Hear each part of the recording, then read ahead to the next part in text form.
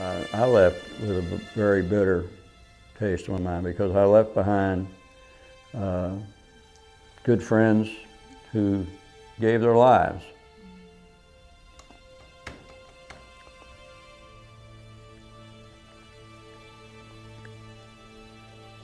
For what we were doing in that country. We knew that when they died, they died believing in what they were doing.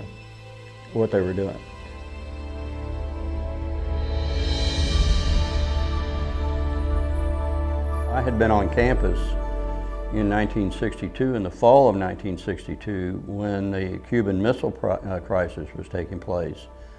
So I felt the fear of what could happen to this country if communism did become a major threat, which they already were in our minds. They were becoming a major threat. So the Cuban Missile Crisis kind of instilled in me that communism was a bad thing and it was something that we needed to stop. So I ended up serving two tours, two extended tours in Vietnam. It was in late March of 1970 that I had heard that my best friend, Lieutenant Jim,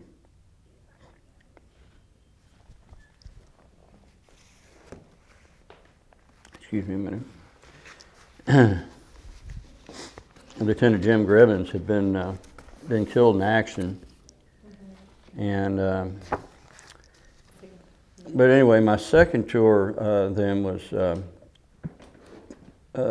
instigated by the fact that Jim Gribbons, my executive officer, had been killed in action.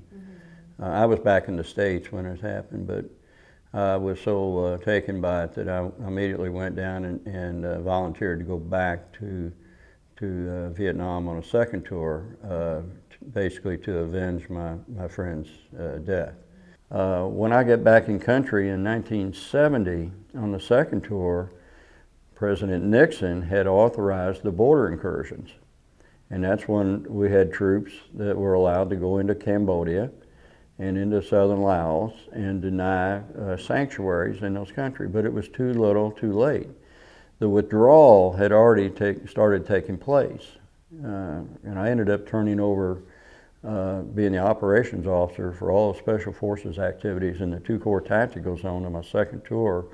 And our primary job was to turn over all the camps that we had. We had 12 camps operating along the Cambodian-Laotian border, like the A camp that I commanded at Kun San.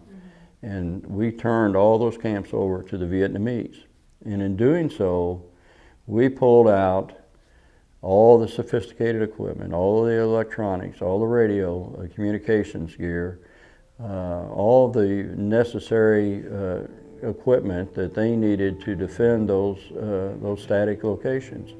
And we knew right then that the war was over, that if we did not sue for some type of peace where you had a DMZ that was similar to what we had in Korea, and we pulled out and left the Vietnamese to themselves, that they were not going to be able to defend themselves and maintain. And so we knew. So in 1971, 4 years before the actual end of the war in 1975, when we all know what happened and the country was overrun, we knew that was going to be the result. So when I left the Army in 1971, I left with a very bitter taste in my mind because I left behind good friends who gave their lives because we believed in what we were doing. And these guys, Jim Gribbon and Lieutenant Johnson, and I haven't talked about Captain Marty L. Green or Captain Ron Beeman, and we're close friends. They were killed there. Those guys were gung-ho military officers and leaders, and they had one goal in mind, and that was to defeat communism. And when they died, and killed in action, they died believing what we were doing there. So So I was very bitter when I left the Army in 1971 because I knew, and we had a lot of good Vietnamese friends, people that we had promised that that we would be there till the end for them. So I mean, we had to, we lied to them. We lied to them.